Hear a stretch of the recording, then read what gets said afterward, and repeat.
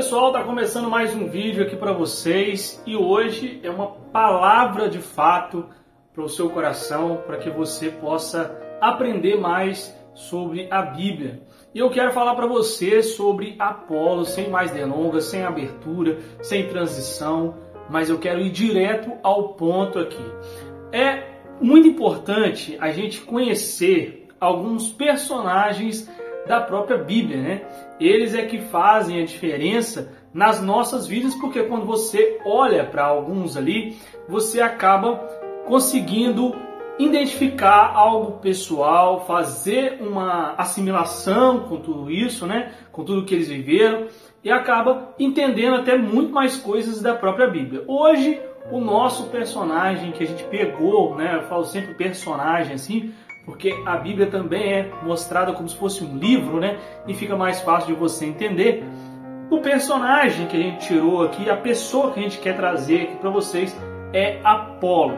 A história dele começa, né, lá no capítulo 18 de Atos, e é assim que a gente sabe quem é ele. Então eu vou ler aqui para você entender melhor quem é ele, tá bom? Então diz assim: um judeu chamado Apolo, nascido na cidade de Alexandria, então a gente fica sabendo aqui que ele é da cidade de Alexandria, havia chegado a Éfeso. Ele estava muito bem e tinha um conhecimento profundo das escrituras sagradas. Para por aqui e eu só queria te trazer uma reflexão aqui. Ele foi comparado com Paulo, né? Ou ele aparece no mesmo momento que Paulo. Por quê? Porque Paulo também tinha esse mesmo conhecimento que ele tinha. Qual que é o conhecimento que ele tinha? O conhecimento das escrituras. Paulo, antes de ser Paulo, ele era Saulo. E esse Saulo tinha esse mesmo conhecimento de Apolo aqui, tá bom? Então vamos lá. Capítulo 18, versículo 25. Era também instruído no caminho do Senhor. Falava com grande entusiasmo e o seu ensinamento a respeito de Jesus era correto. Porém, conhecia somente o batismo de João. Então, ponto-chave aqui para a gente entender a diferença entre um e outro. Apolo só conhecia o batismo de João Batista. E nós já sabemos que o Saulo, que virou Paulo, já sabia sobre o batismo de Jesus, né? O batismo nas águas, ali, arrependimento de pecados, totalmente diferente do que Apolo. Então é isso que era a maior diferença entre um e outro. Vamos continuar aqui, versículo 26 do capítulo 18 de Atos. Ele começou a falar com coragem na sinagoga. Priscila e o seu marido Áquila o ouviram falar. Então levaram para a casa deles e lhe explicaram melhor o caminho de Deus. Quando Apolo resolveu ir para a província da Acaia, os cristãos de Éfeso o animaram e escreveram cartas para os irmãos de lá, pedindo que o recebessem bem. Chegando lá, ele ajudou muito aquele que, pela graça de Deus, havia crido, pois Apolo, com argumentos fortes, derrotava os judeus nas discussões públicas, provando pelas escrituras sagradas que Jesus é o Messias. Então, por mais que ele só conhecia o batismo de João, ele falava em nome de Jesus. Olha como que esse versículo 28 do capítulo 18 de Atos diz: pois Apolo, com argumentos fortes, derrotava os judeus nas discussões públicas, provando pelas escrituras sagradas que Jesus é o Messias. Então ele tinha argumentos e ele falava com eloquência. Ele sabia os argumentos certos para falar com os próprios judeus, que são pessoas que conhecem bastante, né? Sim, as leis, as 613 leis, né, do Antigo Testamento aí, né? Eles sabiam tudo isso, mas sabiam o Pentateuco também, né? Mas aí Apolo, ele vem com argumentos muito mais fortes, né? Mostrando Jesus para aquelas pessoas. E como eu falei, qual é a diferença entre Apolo e Paulo? Justamente o batismo. E aí, como que a gente vai ver isso? A gente continua no capítulo 19, versículo 1. Diz assim, ó: enquanto Apolo estava na cidade de Corinto, aí ele já mudou, hein? Ele já saiu da cidade, né, e veio para Corinto. Paulo viajou pelo interior da Ásia. Então, os dois aí estão em lugares diferentes agora. E chegou a Éfeso. Ali encontrou alguns cristãos e perguntou: quando vocês creram, vocês receberam o Espírito Santo? Então, Paulo chegou naquela região ali, né, de Éfeso, e ele perguntou para aqueles cristãos que estavam ali: vocês, quando creram ali, né, vocês receberam o Espírito Santo? E eles responderam: nós nem mesmo sabíamos que existia o Espírito Santo. Então esse é o cenário que Paulo encontra quando ele vem aqui, e você vê que Paulo depois vai mandar uma carta lá em Corinto. Nós vamos pegar aqui um outro texto aqui que vai falar em Corinto, mas aqui você vê que Paulo, ele ao chegar, ele já tem esse embate de ele tem que falar para cristãos, mas cristãos que conhecem apenas o batismo de João, conhecem Jesus, mas não sabem quem é o Espírito Santo, não sabem quem é o Consolador. E Paulo fez esse trabalho em vários pontos, né? Na Ásia ali, ele fez, quando ele chegou em Atenas, né? Ele fala sobre o Deus desconhecido, ele fala muito sobre isso, ele vê lá um Deus desconhecido, um altar ao Deus desconhecido, e ele vem explicar sobre isso. Mas isso é outra história, a gente não vai entrar nisso, não vamos se apegar a Apolo aqui. Por que eu estou dizendo isso? Esses cristãos aqui, eles foram discipulados, entre aspas, né, por Apolo. E por isso que a gente vai ver outra coisa mais à frente aí. Calma aí, vamos lá, vamos com calma. Versículo 3 do capítulo 19 de Atos, ele diz assim, ó: então, que tipo de batismo vocês receberam? Perguntou Paulo. E eles responderam: o batismo de João Batista. Então, no versículo 4 do capítulo 19 de Atos, ele diz: então Paulo disse: João batizava aqueles que se arrependiam de seus pecados, e também dizia ao povo de Israel que eles deviam crer naquele que havia de vir depois dele, isto é, em Jesus. Então, depois de ouvirem isso, aqueles homens foram batizados em nome do Senhor Jesus.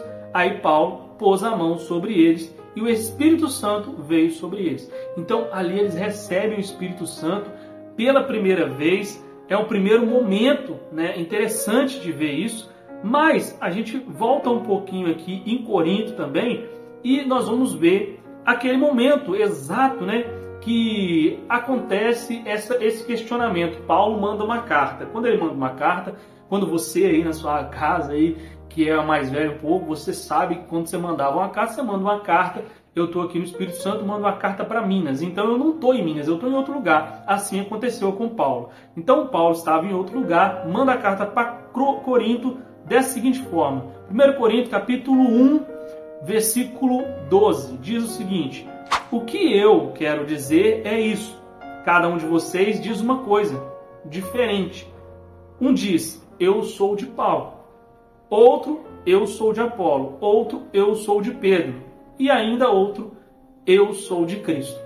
O momento em que Paulo vê toda essa discussão, querendo saber de quem eu sou, quem é meu dono, de onde eu aprendi, que escola me ensinou o que eu creio, eu faço uma reflexão com os dias de hoje, né?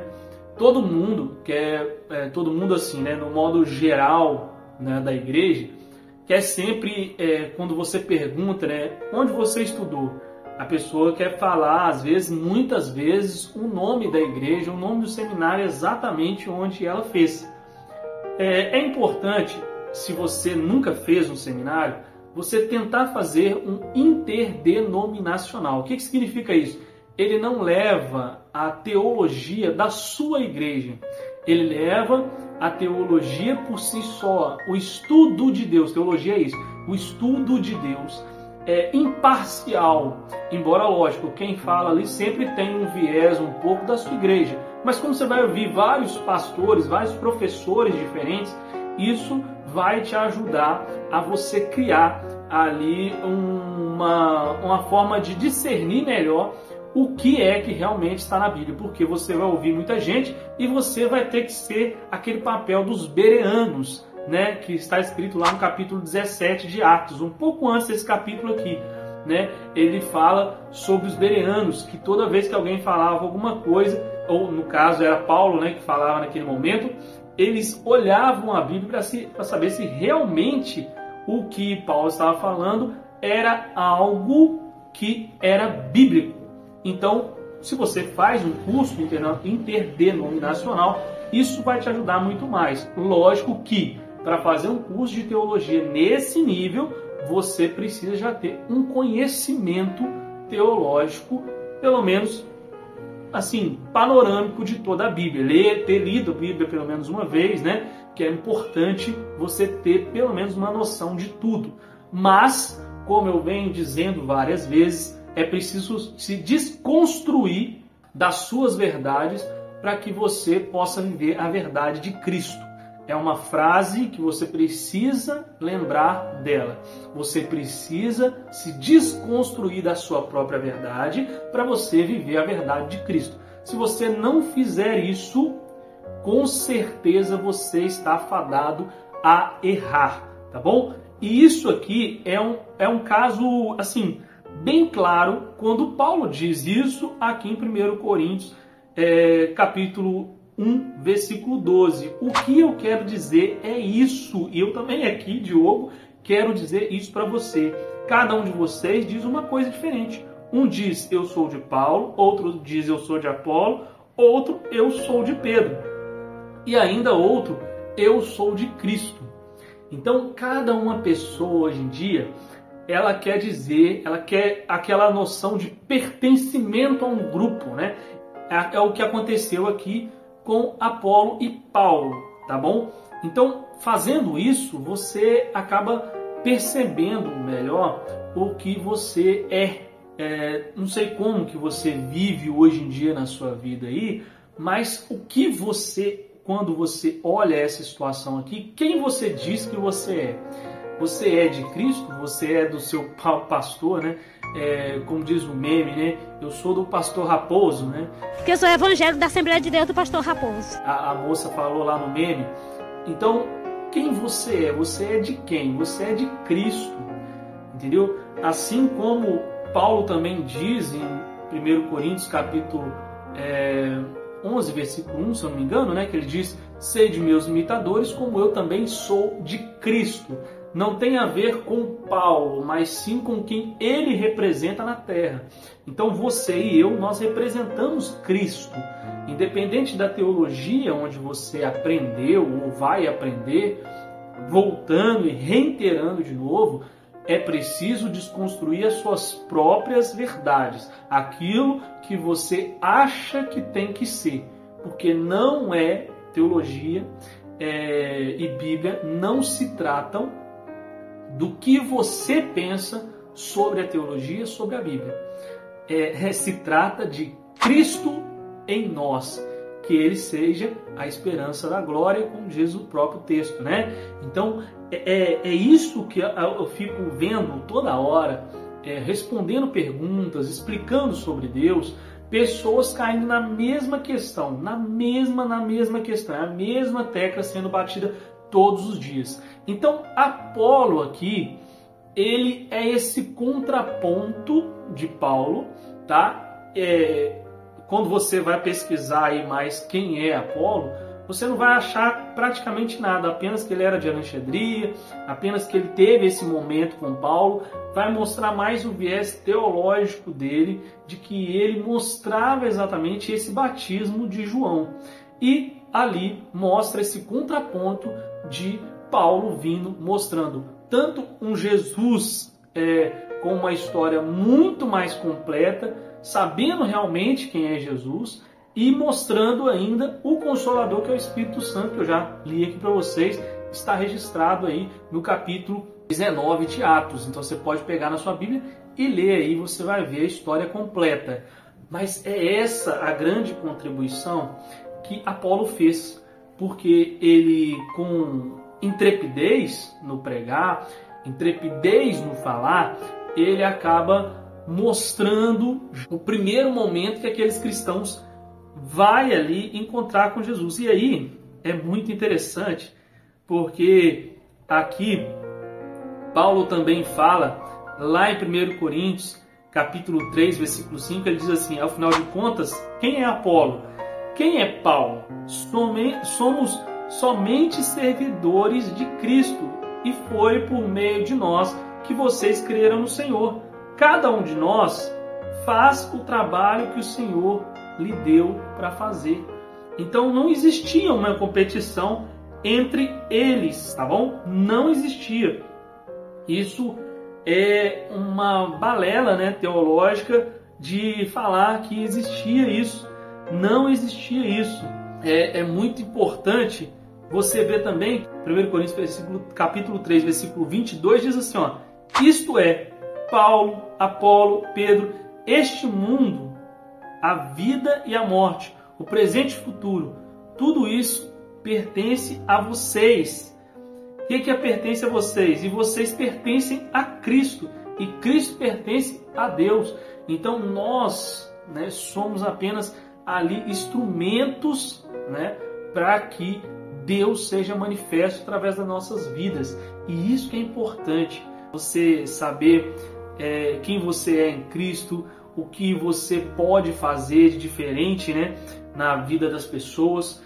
E nós aqui que estamos aqui lendo a palavra de Deus, conhecendo a palavra de Deus, nós estamos colhendo todos esses frutos do que aconteceu no passado e do que eles trazem de memória dentro do que eles escreveram para nós. Então, eu só tenho que agradecer, né, a todos eles que deixaram alguma contribuição, né, para a gente.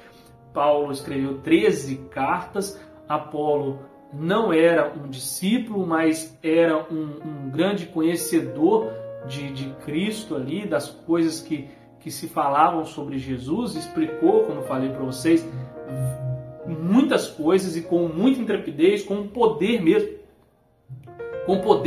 de mostrar quem era Cristo, e isso fez total diferença. Espero que você tenha gostado, né, dessa explicação aqui e que você possa viver isso na sua vida. Se você quer aprender mais de Cristo e conhecer, né, uma escola teológica, nós temos lá na Nova Vida, né, onde eu congrego, um Instituto Nova Vida, que é terça-feira, lá em Vitória, no Romão, né, para quem mora em Vitória, aqui no Espírito Santo, e nós temos em Vila Velha também, que é na quinta-feira. Ambos são 7h30 da noite, começa lá as aulas, e você pode nos procurar e aprender mais conosco, tá bom? Espero que você tenha gostado desse vídeo. Deus abençoe. Se você não é inscrito aqui, se inscreva, deixa o like, compartilhe, que é muito importante para o seu crescimento. Deus abençoe a todos e até a próxima. Falou, fui!